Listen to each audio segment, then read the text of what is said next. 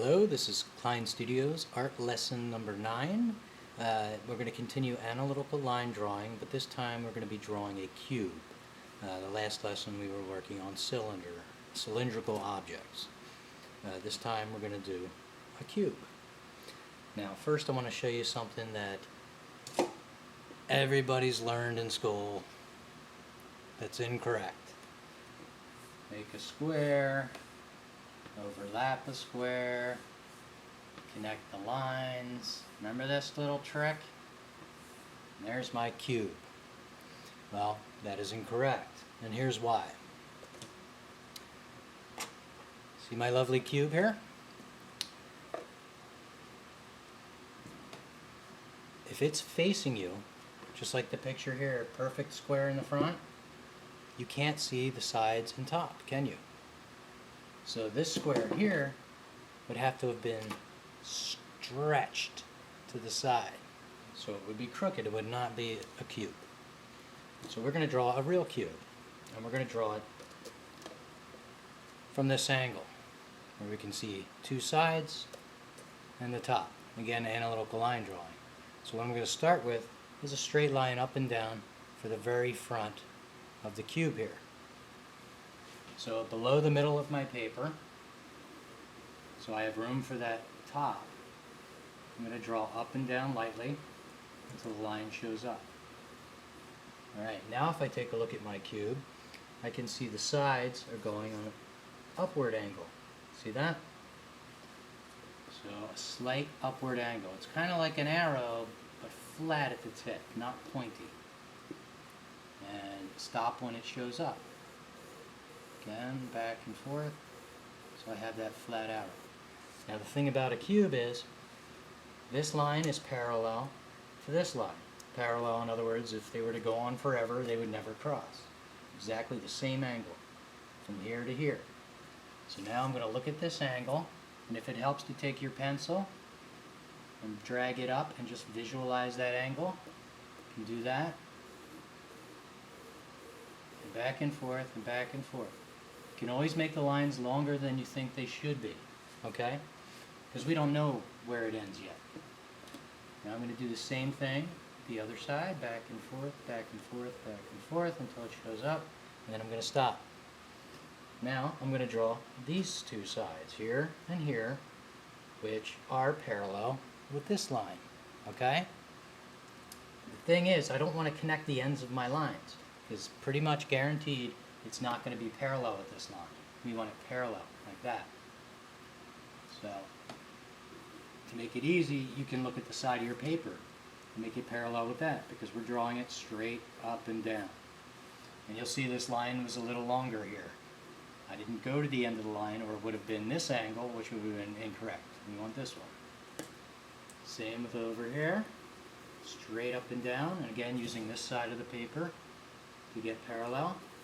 Or I can take it from the center and drag my pencil up and visualize it. Up, down, till it shows up and stop.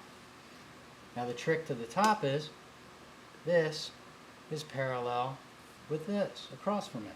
So I can take this angle, go across, visualize it from the corner, which is here, and draw back and forth until it shows up. And then stop. Now again, if I was to connect the end of the line with this corner, would that be parallel with this line here? No, it would be wrong.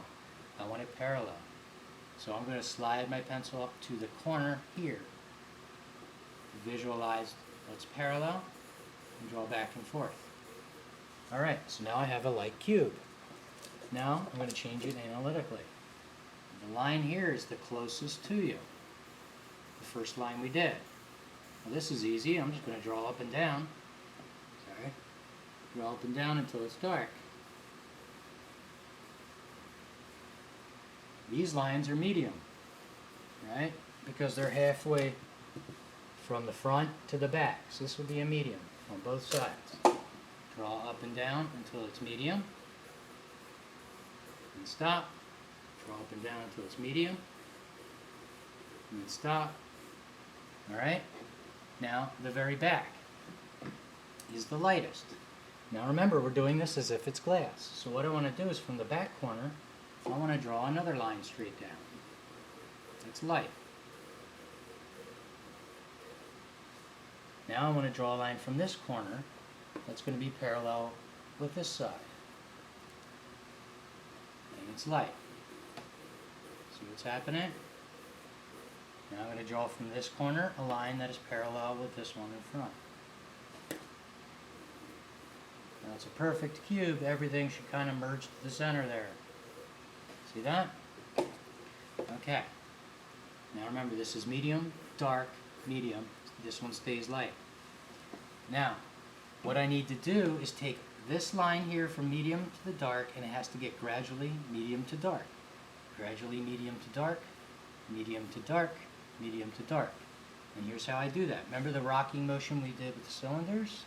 And shorter and shorter? Well, this is a similar technique. I'm going to go back and forth and get shorter and shorter and shorter to the dark edge. Stop.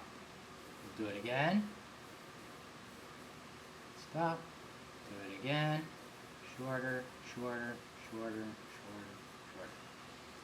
I'm going to do it with every line here. I'm going to move kind of quick so that the video isn't too long here. So I think we get the gist.